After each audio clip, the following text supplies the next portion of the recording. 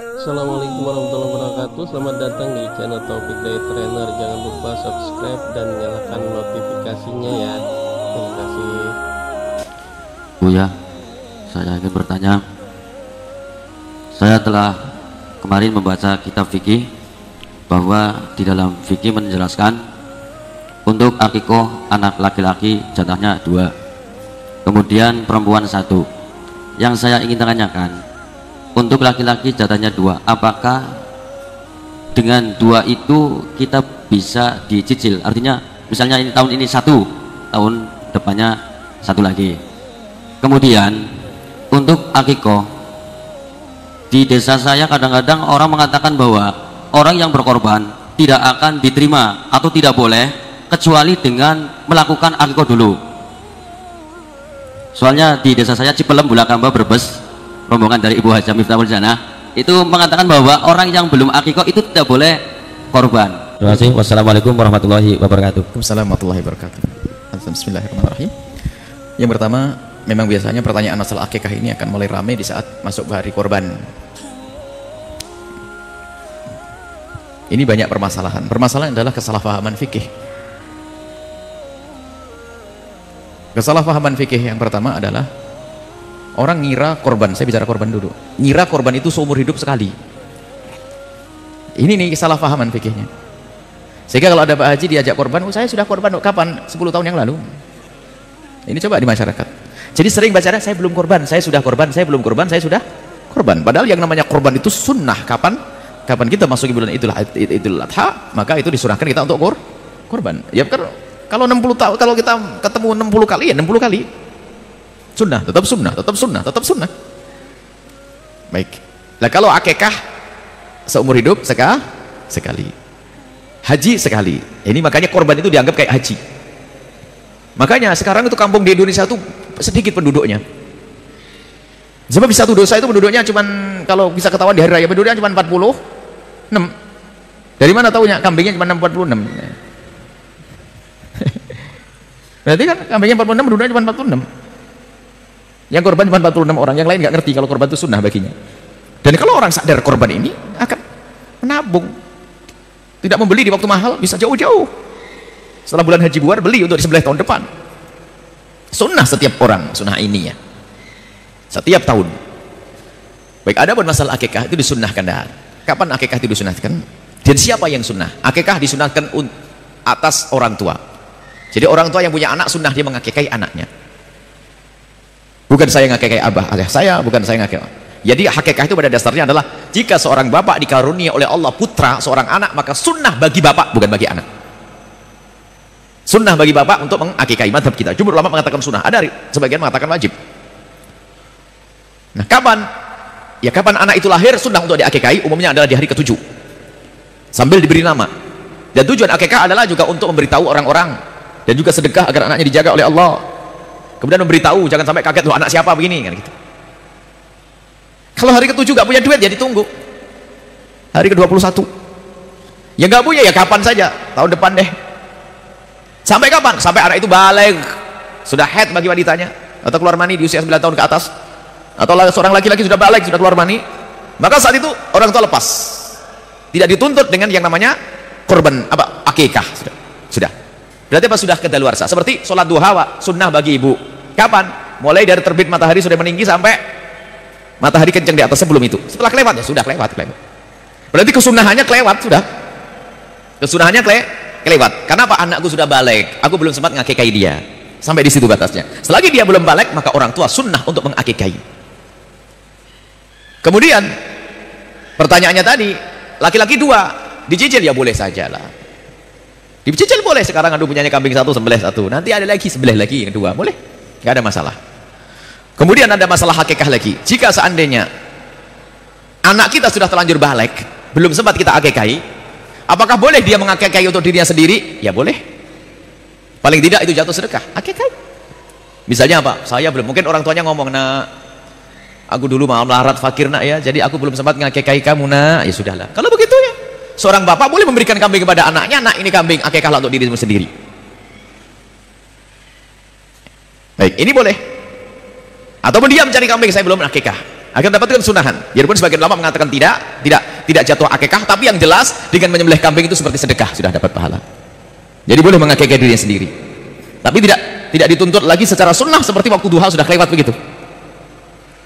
Ini adalah masalah akikah, boleh dicicil urusan akikah. Adapun masalah akikah dengan korban, ini loh ada saja masih berulang-ulang nih. Ini pertanyaan ini bukan hayalan, ada di masyarakat pertanyaan. Mana lebih dahulukan akikah atau korban? Akikah atau korban? Misalnya, saya belum diakikahi. Saya umur begini, umur tua begini, Tuhan. Belum diakikahi misalnya. Datang bulan haji. Mana yang didahulukan, korban atau akikah? Ini pasti pertanyaannya tidak pernah ngaji. Yang tugas ngakikahi saya itu siapa? Abah saya sudah selesai.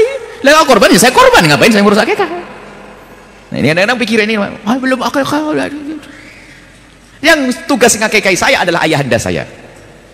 Kecuali begini bunyinya, saya mendapatkan anak, alhamdulillah mendekati bulan haji punya anak. Misalnya tanggal 3 Dzulhijjah punya anak. 10 Dzulhijjah itu ini mana korban atau akikah? Ini kan begitu loh. Akikah tugas siapa? Tugas saya. Korban untuk saya juga saya. Mana begini? Nah, ini masuk akal pertanyaan ini. Mana yang lebih dahulukan? Ditanya dulu, ente bakal punya duit lagi enggak nanti kalau akikahnya diundur sedikit? Oh punya, ya sudah korban aja sekarang. Nanti akikah biar banyak yang disembelih nanti. Sebab kalau dijadikan akikah nggak bisa korban. Tapi kalau akikah tinggal mundur beberapa hari saja. Nggak susah sebetulnya. Yang menjadi masalah itu pertanyaan itu muncul karena orang menganggap korban itu seumur hidup sekali. Itu jadi korban. Kalau ada orang belum diakikahi korban adalah sunnah yang dikukuhkan. Adapun akikah bukan tugas saya, tugas abah saya. Kalau abah saya ternyata belum mengakikahi, ya karena tidak mampu. Memang kita dituntut nggak ada. Kalau semua kulul maulud marhun dan akikatihi, semua bayi itu akan digadai dengan akikahnya. Kalau tidak diakikahi nggak usah beri syafaat kepada bapaknya. Belum bapaknya melarat, nggak punya duit. Masa Islam apa ajaran sekejam itu nih? Ini kan salah pahamnya santri yang ngantuk kerjaan yang liwat tok. Belajar yang jangan merepotkan orang sederhana sebenarnya permasalahannya. Tapi ini pertanyaan saya sering setiap masuk kalau begini pasti setelah hari Idul Adha itu coba ini tahun depan itu ada lagi pertanyaan karena beliau pasti ditanya lagi kalau ustadz-ustadz di kampung itu banyak ini untuk ulang-ulang selesai ya.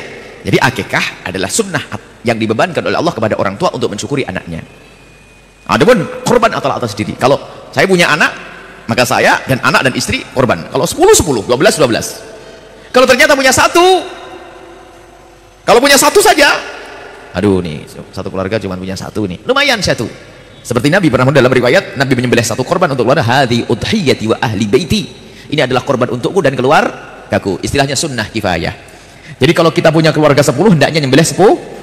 Kalau nggak bisa 10 ya 9, nggak bisa 9 8, nggak bisa 8 nggak bisa 1 mewakili keluarga semuanya. Mewakili keluarga semuanya. Pokoknya jangan sampai nggak nyembelih kambing. Nah, ini.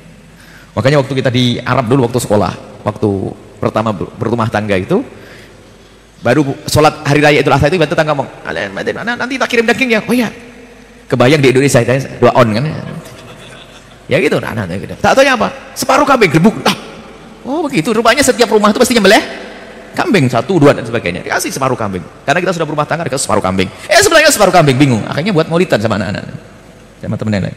Jadi budaya ini. Jadi namanya hari raya besar itu membesar betul, makan besar, enak daging semuanya. Di Indonesia masya Allah, memang orangnya qanaah jadi cukup 3 on, 4 on. Sudah begitu ada yang aneh-aneh lagi, dikalengin kasih tahun depan. Sudah sedikit kasih tahun depan, aneh lagi nih. Ikan lohan, ikan patin karena zaman korban dikornetin kelamaan nih, kayak di negeri yang kebanyakan korban saja. Kita ngingetkan, tidak usah pakai kornet-kornetan itu. Mau di kemana, mau di apa, mau dibawa kemana ke Irian, kirimkan duitnya sama biaya untuk ngalengin sudah jadi. Biaya pengalengannya korbannya tetap di sini, sebab di sini juga masih kurang. Paling banter 7 on, ya 7 on, 6 on, anaknya 10. Dapat 1, betul. Akhirnya jangan dikunyah anak biar awet. Walhasil, sudahlah ini fatwa aneh-aneh sudahlah. Korban segera disampaikan. Terlambat dari hari tasyrik haram bagi yang membaginya. Zalim kepadanya. Makanya korban itu hendak dituntas pembagiannya kapan? Hari tasyrik yang ketiga. Jadi hari raya pertama, kemudian besoknya hari tasyrik 11, 12, 13. Dan korban itu sepanjang hari tasyrik masih bisa. Misalnya ibu hari raya Idul Adha nggak punya kambing, tak taunya hari raya Idul Adha mampir ke rumah bibi dikasih duit, boleh besok nyembelihnya. Beli waktu asar, beli. Tidak harus pas setelah sholat. Ditunda sampai esok hari tasyrik yang pertama, hari tasyrik kedua, hari tasyrik ketiga masih boleh. Tapi kalau Anda sudah diamanati untuk membagi daging korban, jangan disimpan ditunda-tunda. Tapi kalau daging korban sudah nyampe kepada Anda dapat bagian dikasih, boleh Anda simpan makan tahun depan juga boleh. Tapi karena sudah dikasihkan kepada Anda.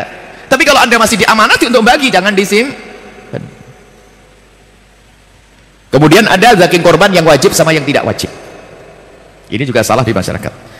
Kalau korbannya tidak nazar, korban itu sunnah semuanya pada dasarnya. Selagi tidak dijadikan nazar itu aku menjadikan daging ini untuk korban, dinadarkan untuk korban.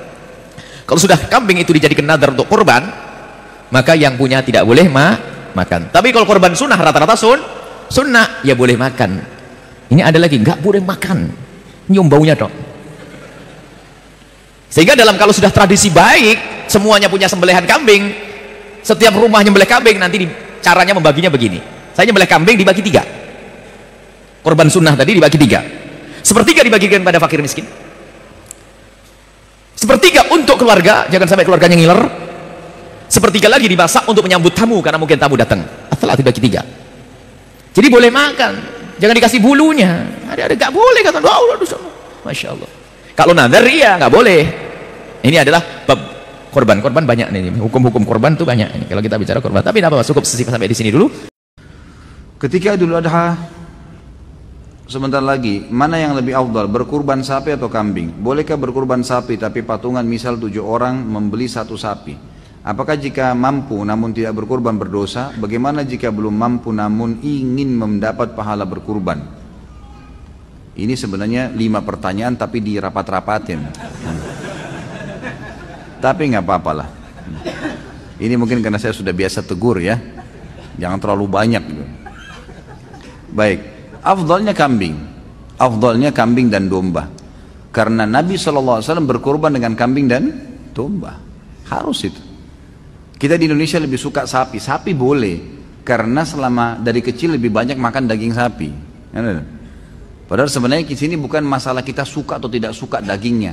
Masalahnya perintah atau bukan perintah, gitu kan? Afdal atau mufaddal, lebih baik atau yang baik. Kan gitu. Sapi kalau kita beli misalnya 20 juta bisa dapat 20 kilo misalnya, 30 kilo misalnya.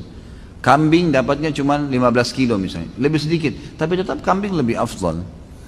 Lebih afdal artinya lebih besar pahalanya, karena Nabi SAW menyembelih pada saat itu domba dan sejenis dengan kambing. Bahkan beliau menyembelih lebih dari 1 ekor, yaitu 65 ekor, gitu kan? Untuk diri beliau sendiri SAW. Itu lebih afdal. Jadi kita harus bisa menerima ini.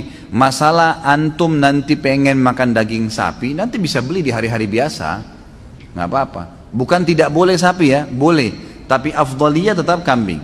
Artinya lebih besar pahalanya. Untuk apa kita pangkas-pangkas pahala kita? Lebih baik kambing. Dan daging kambing ini sebenarnya dianjurkan memang untuk dimakan. Bukan cuma Idul Adha ya. Kita tahu dalam Islam ada hadis Bukhari menjelaskan Nabi SAW sangat gemar memakan paha kambing. Kan itu. Berarti kalau seorang muslim dan muslimah makan kambing karena tahu Nabi gemar kambing, itu pahala. Yang kedua, kita punya akikah. Mau dia orang bule, mau orang Arab, mau orang Melayu, mau orang hitam dari Afrika, anak laki-laki lahir 2 kambing, anak perempuan 1 kambing, nggak bisa diganti hewan lain.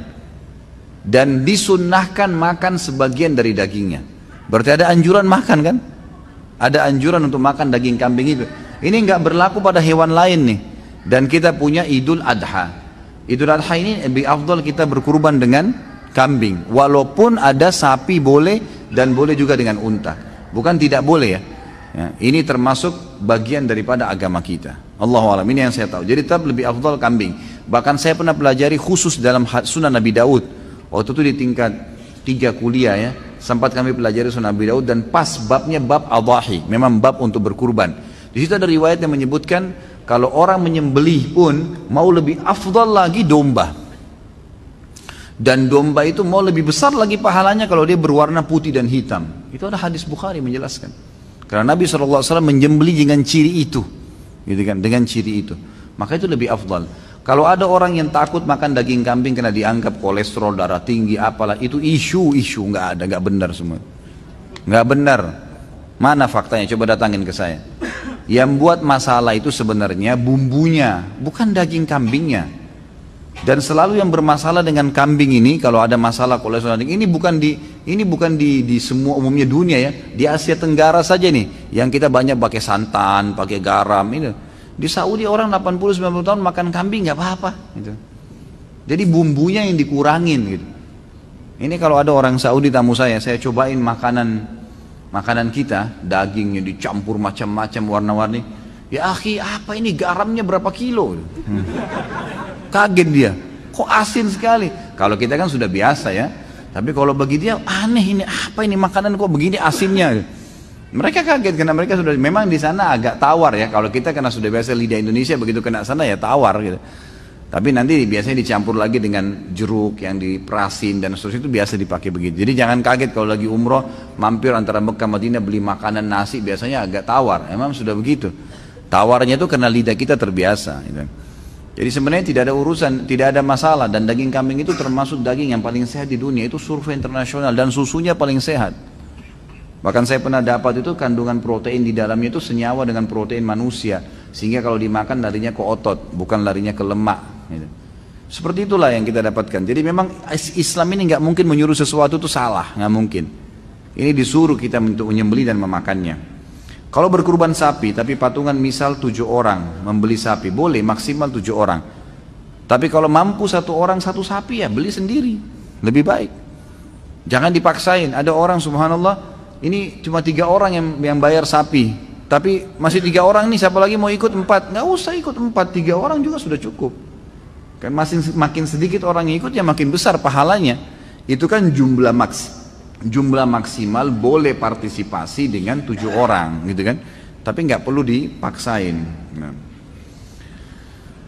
Jika mampu namun tidak berkurban, berdosa, tentu berdosa, karena ini wajib. Fasholli li rabbika wanhar, sholatlah Idul Adha itu dan sembelihlah. Di sini pakai fi'il amr ya. Fi'il amr ini berarti perintah. Kata ulama bagi yang mampu, ini jumhur, saya bicara mayoritas ulama. Jumhur ulama mengatakan yang mampu tidak kurban dosa, nggak boleh. Nah, dia mampu. Termasuk orang yang mampu adalah dia sudah punya duit pada saat itu bisa berkurban, gitu kan? Tapi dia tidak mau, walaupun uangnya pas-pasan. Karena ini ibadah kepada Allah Subhanahu Wa Taala. Bagaimana jika belum mampu namun ingin mendapatkan pahala kurban? Niatkan pertama. Yang kedua, partisipasilah, ikut di situ. Mungkin di rumah kita ada masjid yang lagi ikut kurban. Coba ikut belajar menyembelih. Menyembelih itu ada pahalanya sendiri loh. Ini laki-laki semua ini saya sarankan jangan tidak bisa menyembelih. Menyembelih, coba belajar. Datang ke masjid, coba ikut belajar. Tanya orangnya gimana caranya. Sebentar, saya tahun lalu habis khutbah Idul Adha di Kalibata City, ada mungkin 23 ekor sapi sama, kalau tidak salah ya, saya salah ingat itu 40 ekor kambing. Itu habis sholat id, lalu saya langsung datang, saya praktikkan, saya sembelihkan sapinya, saya sembelihkan kambingnya depan mereka. Saya panggil jemaah laki-lakinya semua, ayo pak, coba langsung. Ada yang takut Ustaz? Nggak usah takut. Laki-laki kok takut? Enggak, jangan geli. Kenapa harus geli? Kok lihat darah geli? Ini unik juga nih. Jadi dipotong, baca bismillah, niatin, alhamdulillah. Begitu dia coba, habis potong satu malah ada bapak satu semangat. Dia tawarin yang lain tidak mau sembelih. Nggak mau pak, biar saya pak. Tadi sudah berhasil nyembelih satu, wah mau nyembelih terus dia. Itu termasuk, itu bisa dapat pahala di situ nyembelihnya ya. Kalau nggak bisa juga takut, peganglah itu. Paling tidak pegang kambingnya. Apalah partisipasi di situ kan gitu. Insya Allah bisa. Tapi yang pertama tentunya niat ya, tentunya niat.